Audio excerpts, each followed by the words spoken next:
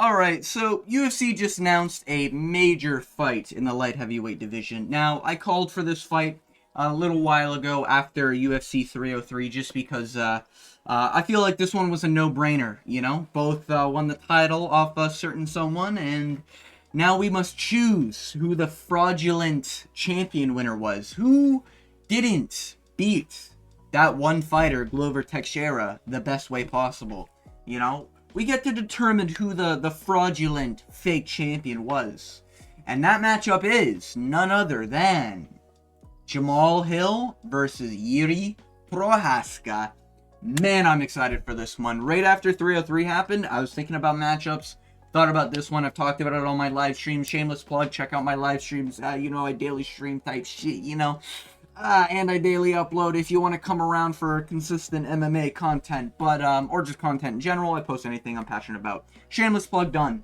Now, this matchup is huge. This matchup is huge just for the division because we get to find out who really was the person who beat Glover Teixeira, and it didn't really matter that much. And you can kind of there's good arguments both ways, I'm not gonna lie. Now, I love Yuri Prohaska, I love Jamal Hill, I love the fact that he's going full heel with a little bit of a Twitter warrior he's become on social media. I respect it. Standing his base, as some say. But he did get knocked out to Alex Pereira worse. I think we all agree with that. Right after a nut shot gets slept. Yeah, not a good look. Yeah. Not a good look at all. And now, obviously, Jamal Hill going the heel that he's going. He's saying he didn't really get knocked out, not really a loss. We all know. It's okay. We all know. No, but if you go look at the fight back again, Alex Pereira did step on his foot, then knocked him down. A little bit of a shocking experience, but when you're watching the finishing sequence, you can definitely tell Jamal Hill was having a little bit of a sweet dream, if you know what I mean. Now, Jamal Hill, if you ever see this video, please, sir, don't knock me out in public or guillotine me. I'm just doing this because I'm just being honest, okay? I'm just being honest.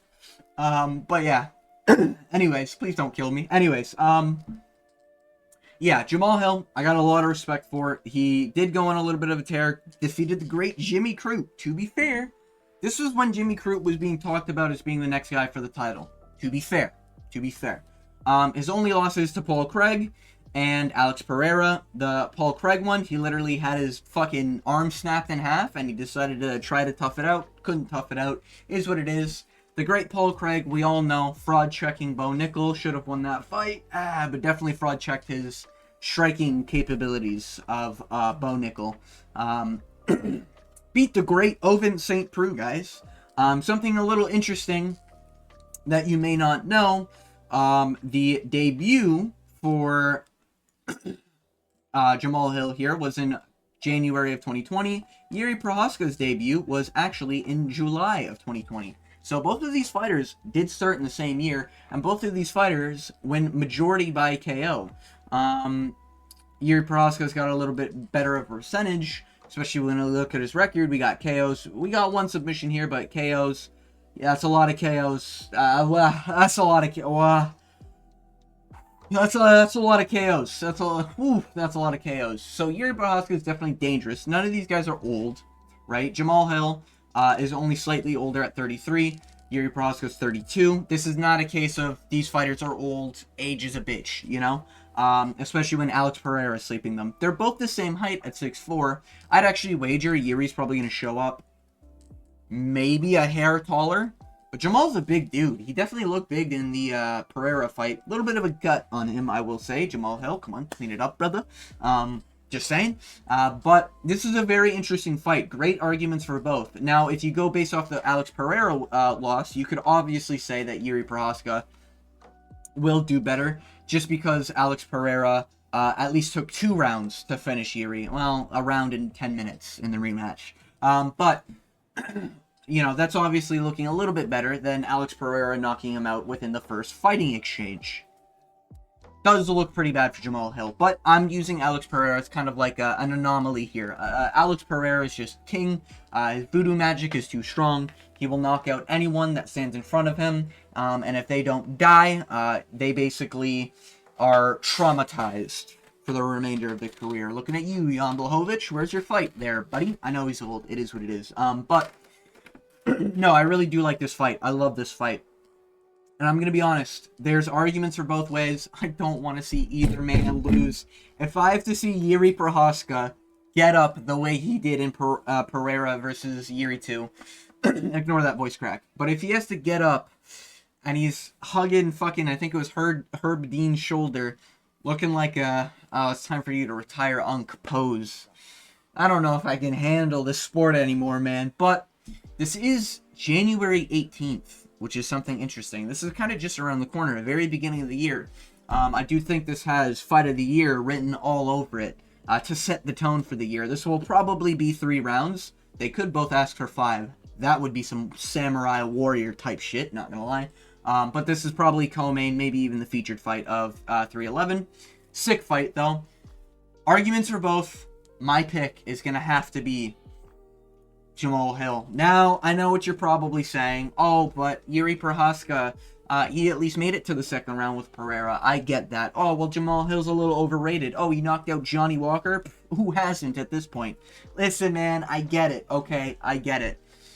But where I'm kind of looking at, the Glover Teixeira fight that they share is only 7 months apart from each other, which is kind of crazy to think about.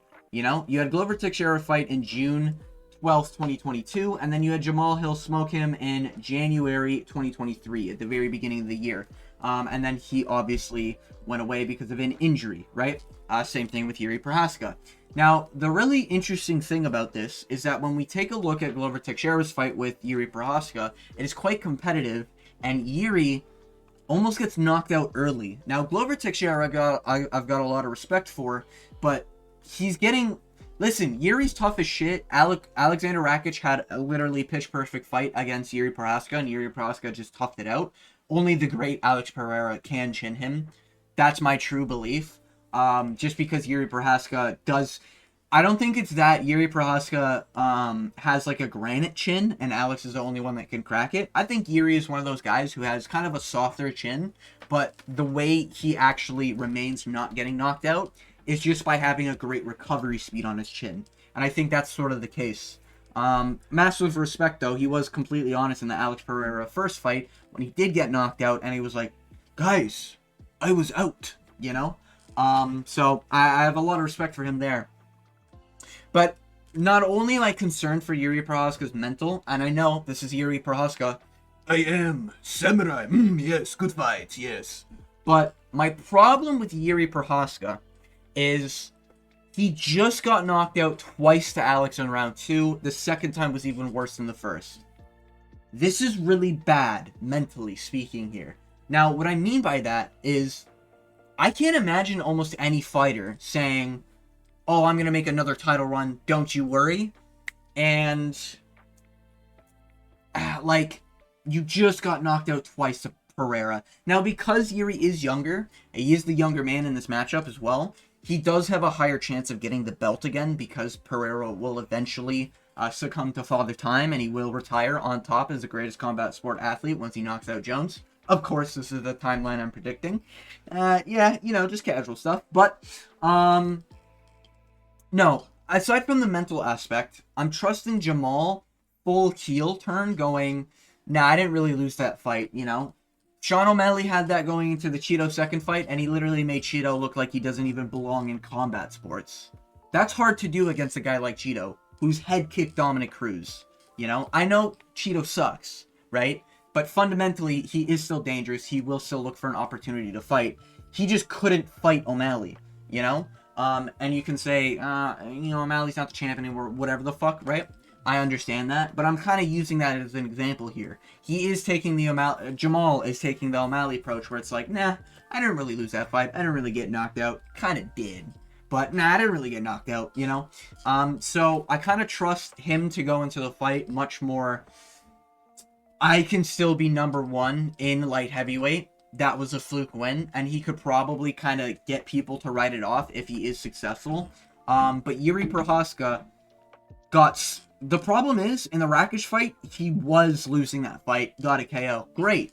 He lost to Pereira twice in round 2 in the same year. Really sucks. And in the Glover Teixeira fight, I'm putting a lot of weight into this because he was getting wobbled by Glover Teixeira. Now, am I worried that Jamal Hill's going to knock out Yuri Prohaska cold? No.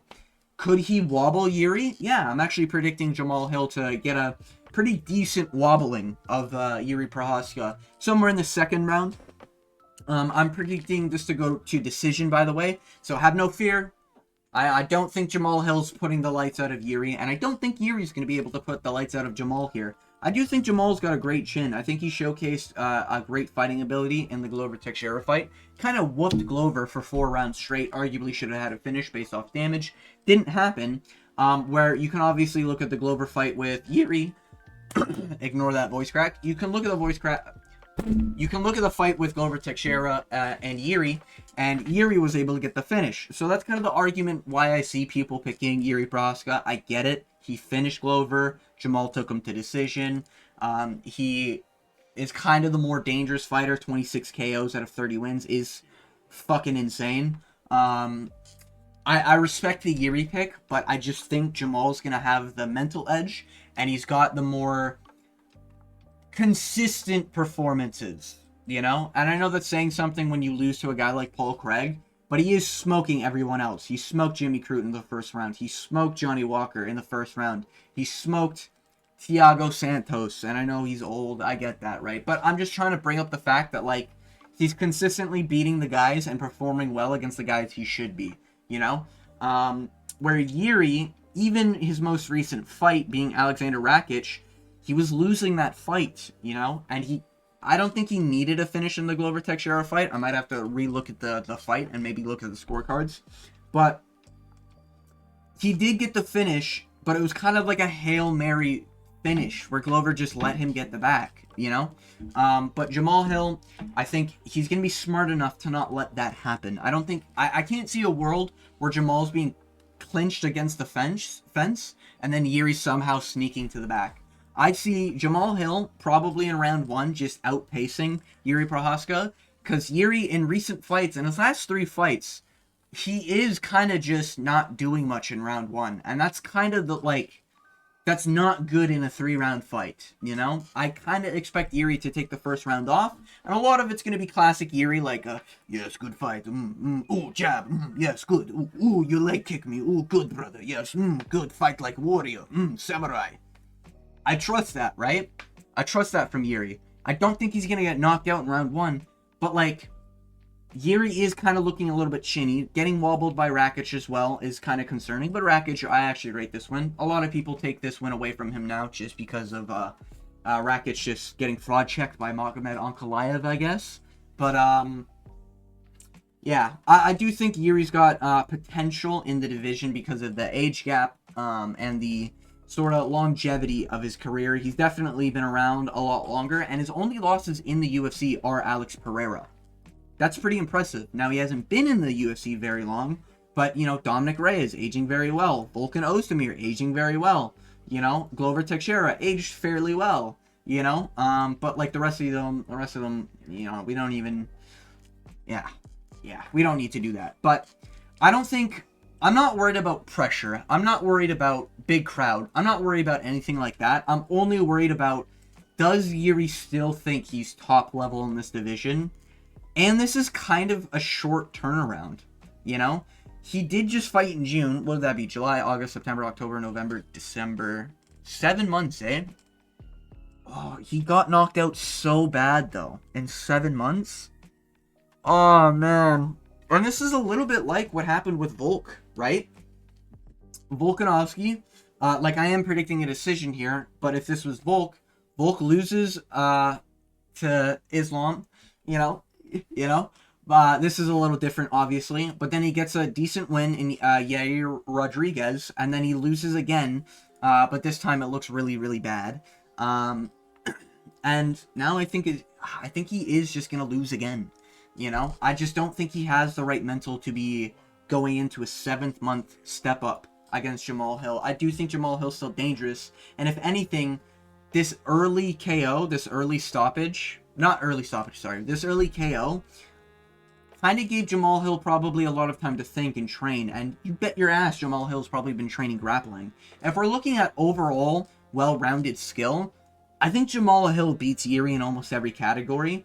The only thing that I think Yuri has as an advantage is his unorthodox striking, but he doesn't kick up his unorthodox striking till about round 2. And in round 2, I can see Yuri getting the pressure and everything, but you kind of gotta trust that he knocks out Jamal Hill in round 2 or 3, only because Yuri's not a point fighter, you know? Even before the Pereira fights, right? We have a finish by spinning elbow. We have a finish on Volkan Ozdemir. We have a finish on the guys he was at Ryzen, you know? He's finishing... He hits a lot of fucking finishes, you know? Where Jamal Hill, I think, is more consistent with just outworking his opponent and just being better than his opponent everywhere that his opponent is, you know? And that's why I'm kind of picking Jamal Hill here. I respect the Yuri pick. I'm just on the Jamal Hill train. I think Jamal Hill gets it done. I think he's got to get maybe one more fight, and then we get a Pereira rematch. And to be honest with you, if Jamal Hill does have a stellar performance that showcases great grappling, I am predicting a 29-28. Jamal Hill probably round 1 and 3. And then Yuri probably round 2 via damage, but Jamal probably wobbles Yuri in the 3rd, maybe even the 1st, and we're looking at a... you know, like, we're about to fucking jump out of our seats, you know? Like, just don't do it, you know?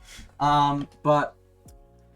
yeah, I think Yuri's probably going to land a lot of flush shots in round 2. I just don't think Jamal's going to get, like, wobbled and jelly-legged. I do think Jamal's going to get tagged here and there. Like, maybe a nice fucking unorthodox hook, or maybe a weird spinning fucking axe kick or whatever the fuck Yuri's going to throw. I think some of them are going to land flush. I just think Jamal's going to take it and be like, wow, Jamal's got a good chin. That's kind of how I see this fight going, personally. But, yeah, I do love this fight. I think it's great for the division. I do love how this fight isn't like, oh, the division's fucked now with whoever wins. I guess kind of if Yuri wins, because Yuri would then need to win probably 2 more before, you know, hey, what's his name? Magomed Ankalaev versus Yuri Prohaska, baby. That's the #1 contender fight after this. That's what I'm saying.